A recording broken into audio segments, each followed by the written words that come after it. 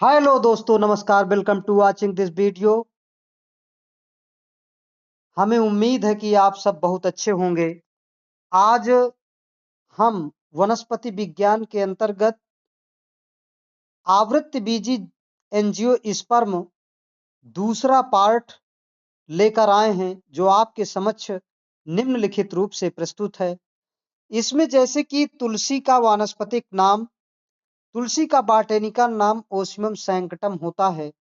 तुलसी किस कुल का पौधा है? लेविएटी या लेमिएसी फैमिली का पौधा है। ग्रेमिनेसी फैमिली का पुष्पक्रम इनफ्लोरेसेंस होता है सुकिकाओं की सुकी। Spike of spikelet. केला बनाना किस कुल का पौधा है? म्यूजेसी फैमिली का। गन्ने का वानस्पतिक नाम एवं कुल क्या है? Sacrum officinarum.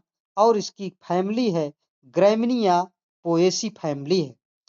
इसके पश्चात टर्मेरिक हल्दी टर्मेरिक का वानस्पतिक नाम बॉटेनिकल नेम करक्यूमा लोंगा करक्यूमा लोंगा है। तंबाकू का वानस्पतिक नाम है निकोटियाना टोबैकम। Nicotiana tabacum. आड़ू पीच का बॉटेनिकल नेम प्रूनस पर्सिका है। सर्पगंधा को किन किन औषधियों के नाम से जाना जाता है? रक्तचाप, ब्लड प्रेशर और घबराहट, नर्वसनेस, अनिद्रा, इंसोम्निया आदि के नाम से जाना जाता है। आदि के जो है औषधियों में प्रयोग किया जाता है। रक्तचाप, घबराहट और अनिद्रा, जिससे नींद से संबंधित बीमारी होती है, उसमें सर्पगंधा का प्रयोग किया जाता है। सर्पगंधा का बॉटेनिकल नेम वानस्पतिक नाम राउल्फिया सर्पेंटाइना है। किस पौधे की जड़ों से अति तनाव की दवा प्राप्त की जाती है? सर्पगंधा राउल्फिया सर्पेंटाइना से प्राप्त किया जाता है। इसके बाद विश्व की सबसे कीमती मसाला कौन सा है? विश्व का सबसे कीमती मसाला केसर है। केसर पौधे के किस भाग से प्राप्त होता है? पुष्प के सूखे हुए स्टिग्मा तथा स्टाइल। स्टिग्मा अर्थात वर्तिका और वर्तिकाग्र से प्राप्त होता है। इसके पश्चात केसर का बॉटेनिकल नेम वानस्पतिक नाम क्या होता है? क्रोकस सटाइवस होता है।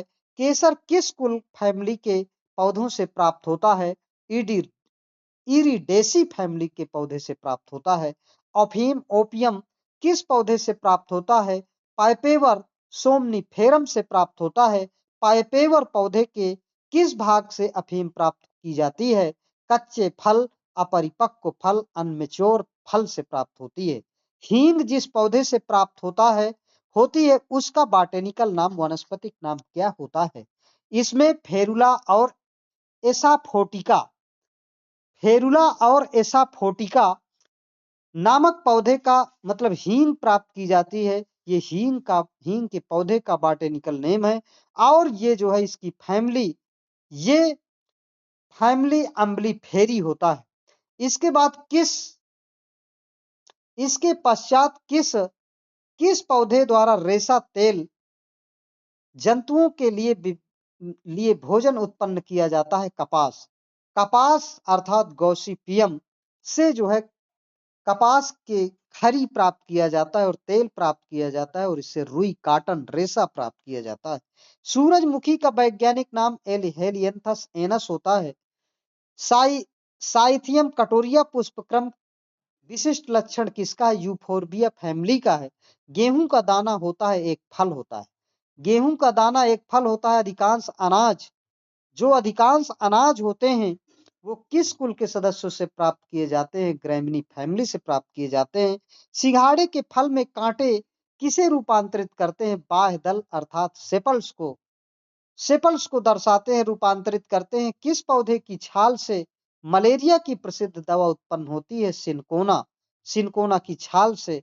कौन सा पौधा जंगल की आग के नाम से जाना जाता है? पलाश या ढाक या तोता ट्री ब्यूटिया मोनोस्पर्मा से प्राप्त किया जाता है। कुछ महत्वपूर्ण पदार्थों की स्थिति एवं कारण हमें जानना है, जैसे कि स्थिति और कारण। प्याज की गंध किसके कारण होती है? एलाइल के कारण। प्याज का लाल रंग होना एंथोसाइन के कारण। में पीला रंग क्वेरसिटिन के कारण, लहसुन में गंध एलाइसिन के कारण, मिर्च में चरपराहट कैप्सेसिन के कारण, इसके बाद टमाटर, टमाटर का जो लाल रंग होता है वो लाइकोपिन के कारण होता है। आंवले में कसैलापन टैनिन के कारण होता है। मूली में तीखापन आइसोसाइनेट के कारण होता है। खीरे में कड़वाहट ये कुकुरबिटेसिन के कारण होता है। इसके बाद पश्चात जो है करेले में कड़वाहट, जो करेले में कड़वाहट होती है वो ट्राइटरपाइन के कारण होती है। आलू के कंदों का हरापन सोलिनिन के कारण होता है। हल्दी में पीला रंग कुरकुमिन के कारण होता है। नारंगी में रंग कैरोटी के कारण होता है। गाजर में लाल रंग एंथ्रोसाइनिन के कारण होता है। मिर्च का लाल रंग कैप्सेथिन के कारण होता है। पत्तियों का हरा रंग क्लोरोफिल के कारण होता है। पत्तियों का पीला नमपन कैरोटीन के कारण होता है। इसके बाद चुकंदर में पाया जाता है विटामिन। चुकंदर का जो कलर होता है विटामिन के कारण होता है। अब इसके पश्चात हम जो है ये एंजियोस्पर्म अर्थात आवृत्त बीजियों की आकार की अर्थात मार्फोलॉजी ऑफ एंजियोस्पर्म भी इस टॉपिक को भी इसके अंतर्गत हम अध्ययन करेंगे, क्योंकि ये हमारा एंजियोस्पर्म पार्ट 2 का ये वीडियो है। इसमें इसके अंतर्गत हम जो है जैसे कि इसमें दिया हुआ है, जैसा कि आवृत्त बीजियों की आकार की अर्थात मार्फोलॉजी ऑफ एंजियोस्पर्म किसी पौधे के बाहरी आकार का अध्ययन ये पादप आकार की प्लांट मार्फोलॉजी कहलाता है। इसके पश्चात किसके अंतर्गत रूट, स्टेम, लीफ, फ्लावर तथा फ्रूट अर्थात जड़, तना, पत्ती, पुष्प तथा फल आदि गुण तथा रूपों का अध्ययन किया जाता है पादप आकार की प्लांट मार्फोलॉजी में। फिर इसके बाद बरगद की शाखाओं से निकलने वाली जड़ों को क्या कहते हैं? स्तंभ मूल, प्राप रूट कहते हैं। जड़ दो प्रकार की होती हैं, मूसला जड़ टैप रूट और अपस्थानिक जड़ एडवेंटियस रूट। मक्का, बाजरा, ज्वार, गन्ने आदि में अवस्तंभ मूल अर्थात स्टिल रूट पाई जाती हैं। जड़ सदैव प्रकाश के विपरीत वृद्धि करती है भूमि के अंदर। आकार की मार्फोलॉजी के आधार पर पौधे कितने प्रकार के होते हैं? 3 प्रकार के, शाक, झाड़ी और वृक्ष। Herbs, shrubs, trees. पोषद होस्ट से परजीवी पौधे पैरासाइटिक प्लांट्स किस अंग द्वारा भोजन का अवशोषण करते हैं? चूसकांग हाउस्टोरिया। इसके बाद मूल रोम रूट हेयर होते हैं। एक कोश की यूनिसेलुलर जड़ों की उत्पत्ति होती है मूलांकुर रेडिकल से, और जड़ों का सिरा किसके द्वारा सुरक्षित रहता है? ये मूल गोप अर्थात रूट कैप से। इसके पश्चात एपिब्लेमा पाया जाता है रूट अर्थात जड़ में। मूसला जड़ों टाइप रूट के रूपांतरण मोडिफिकेशन ये कुंभी कपी होता है अर्थात ये नैपी फार्म होता है।